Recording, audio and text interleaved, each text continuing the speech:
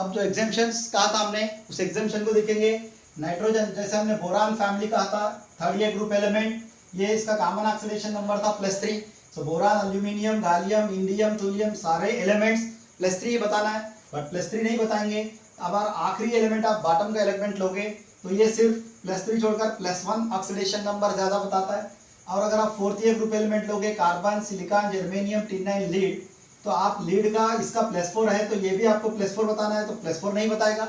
इसके +4 के अलावा ये +2 बताता है, मतलब इसमें भी कोई प्रॉब्लम है। ये एक एग्जेम्पशनल केस है। अगर ऐसे फिफ्थ ईयर ग्रुप की बात करोगे तो nitrogen, phosphorus, arsenic, antimony, bismuth, bismuth यहाँ पे इन सारे का ऑक्सीडेशन -3 या +5 रहना था, बट ये +5 नहीं है और +3 बताता है। ये एक एग्जेम्पशनल केस है। तो इस तरह के थोड़े एग्जेम्पशनल केस हैं। सिक्स्थ ईयर ग्रुप में भी oxygen, sulphur, silicon, tellurium, polonium, उसके अंदर भी थोड़े एग्जेम्पशनल केस हैं। क्यों ऐसे बता रहे हैं कि ये एक्चुअली +3 बताना था, इस ग्रुप का नेचर था कि +3 बताना, बट ये +5 +1 बता रहा है, +4 बनाता है, इसे +2 बता रहा है, +5 बताना छोड़कर +3 बता रहा है, -3 या +5 बताना छोड़कर।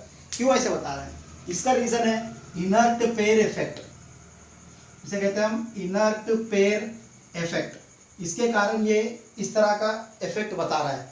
इनर्ट पेयर इफेक्ट क्या होता है? अगर हम बात करेंगे boron, aluminium, gallium, indium, thorium, आखिरी एलिमेंट पे जब आओगे तो यहाँ पे कोई डी ब्लॉक एलिमेंट कोई फिल नहीं होता है। यहाँ पे भी D block element D block कुछ फॉलो नहीं होते। यहाँ पे डी ब्लॉक एलिमेंट्स आने के बाद 3D के बाद 4s आता है, यहाँ पे भी डी ब्लॉक एलिमेंट्स आते हैं, बट यहाँ पे एफ ब्लॉक एलिमेंट्स क्रिएट हो जाते हैं। यहाँ पे आपको एफ ब्लॉक एलिमेंट आना चालू होते हैं, 4f ब्लॉक एलिमेंट्स।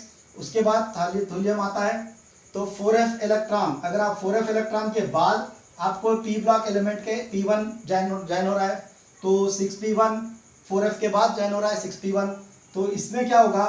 तो थोड़ा सा प्रॉब्लम, जो 4f की शील्डिंग इफेक्ट बहुत ही कम होती है, शील्डिंग इफेक्ट या स्क्रीनिंग इफेक्ट कहते हैं।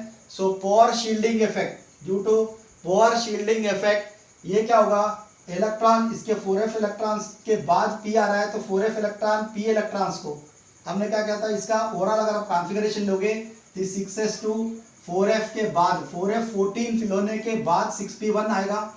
तो इस तरह ये अगर इससे रिसेंटली इससे ऊपर के इलेक्ट्रॉन को f नहीं था, सिर्फ 5s2 और 4d एलिमेंट्स थे, उसके बाद f नहीं था, 5p था, तो ये दोनों इलेक्ट्रॉन भी लूज होकर +3 बता सकते थे। बट यहाँ पे कोई चांस नहीं है कि 4f आने के कारण, पोर शील्डिंग इफेक्ट के कारण ये इलेक्ट्रॉन्स बाहर नहीं आते, सिर्फ ये इलेक्ट्रॉन ही बाहर निकल सकते हैं।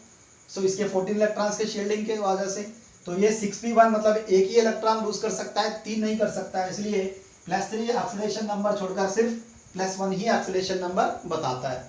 ये इसका प्रॉब्लम है, that is called inert pair effect. ये सारे पेयर इनर्ट होते हैं, कोई रिएक्ट नहीं होता, इसलिए इसके पेयर के कारण ये एक ही इलेक्ट्रॉन खोता है, तो आप एक ही +1 ऑक्सीडेशन बताएगा। इसी तरह आप सेकंड कार्बन देखेंगे, कार्बन फैमिली में carbon, silicon, germanium, tin, lead में अगर ऐसे ही सिमिलर छात्र आता है, 6s2 4f4 6p2 रहते हैं, इसके कारण 4f के कारण सिर्फ 2 ही लूज कर सकता है, तो +2 लीड, हालांकि वो +4 है बट +2 बताएगा। इसी तरह बिस्मथ, अगर वो +5 करना था 6s2 6p3, तो इन्हें मिलाकर 5 बनाना था, बट 5 नहीं बताएगा, सिर्फ 6p3 रहता है इसका, तो 6p3 के कारण सिर्फ 6p3 ही रिमूव हो सकते हैं, तो +3 ऑक्सीडेशन नंबर बताता है। इसे इनर्ट पेयर इफेक्ट के कारण आखिरी बॉटम में जो एलिमेंट है, बॉटम वाले इलेक्ट्रॉन को ही, एलिमेंट्स को ही आप 4f सीरीज आता है, तो इसके कारण बॉटम वाले एलिमेंट्स को ही आपको इनर्ट पेयर इफेक्ट के कारण कॉमन ऑक्सीडेशन नंबर छोड़कर दूसरे ऑक्सीडेशन नंबर में ये ज्यादा स्टेबल रहते हैं। ये इनर्ट पेयर इफेक्ट के कारण रीजन है इनर्ट पेयर इफेक्ट। उसके बाद हम देखते हैं metallic and non metallic character. Next properties metallic and non metallic character. So metallic and non metallic character के बारे में बात करेंगे तो पीरियाडिक टेबल में हमको पता है कि पीरियाडिक टेबल में पहले एस ब्लॉक एलिमेंट्स होते हैं, उसके बाद डी ब्लॉक एलिमेंट्स आते हैं, उसके आखिरी में आपको पी ब्लॉक एलिमेंट्स मिलेंगे। तो इसके अब अगर बात करते जाएंगे तो metallic character, S block element सबसे ज्यादा मेटालिक नेचर रहते हैं। मेटालिक नेचर मतलब होता है easily losing the element which is having the property to lose, easily lose the element. Losing property of elements is called as metal. The element which is easily lose elements is called electron is called as metal. तो ये S block element आसानी से elements को loose करते हैं, electrons को, तो ये मेटालिक, ज़्यादा मोर मेटालिक नेचर रहते हैं। और ये D block elements middle metallic nature रहता है, इसको भी मेटालिक नेचर रहता है। बट पी ब्लॉक एलिमेंट के बाद आ गए तो पी ब्लॉक सीरीज में थोड़े से एलिमेंट हैं जो मेटालॉइड बिहेव करते हैं, मेटालॉइड की तरह बिहेव करते हैं, जैसे कि germanium, antimony, arsenic, antimony, tellurium, ऐसे जो एलिमेंट हैं वो एलिमेंट आपको मेटालॉइड बताएंगे। मेटालॉइड मतलब इसमें मेटालिक कैरेक्टर भी रहेगा as well as non metallic character भी रहेगा। इसी तरह के हमने बताया था ऑक्साइड्स में, थोड़े ऑक्साइड्स ऐसे होते हैं या इलेक्ट्रोनेगेटिविटी के आटम में बताया था कि 1.7 के इक्वल होंगे तो वो एम्फोटेरिक बताएंगे। उसी तरह के ये प्रॉपर्टी है कि एम्फोटेरिक मतलब बीच का रहना। इसीलिए इसी तरह अगर पी ब्लॉक एलिमेंट देखेंगे तो ये प्योरली नॉन मेटल्स हैं, P block elements are purely non metals. So non metal और मेटल के बीच में एक प्रॉपर्टी आती है, वो है मेटालॉइड्स। वो मेटालिक कैरेक्टर भी रखते हैं थोड़ा सा और नॉन मेटालिक कैरेक्टर भी रखते हैं, तो ये मेटालॉइड की तरह वर्क करेंगे।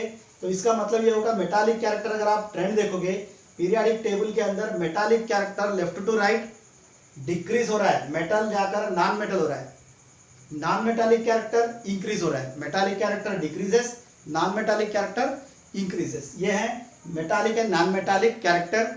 दूसरी प्रॉपर्टी दैट इज तीसरी वैलेंसी एक क्या हमने डिस्कस किया, ऑक्सीडेशन नंबर, उसका यूनिट पेयर उसको लिख किया, और उसके बाद मेटालिक और नॉन मेटालिक कैरेक्टर और थोड़े से प्रॉपर्टीज हैं, इससे ये टॉपिक फिनिश हो जाएंगे।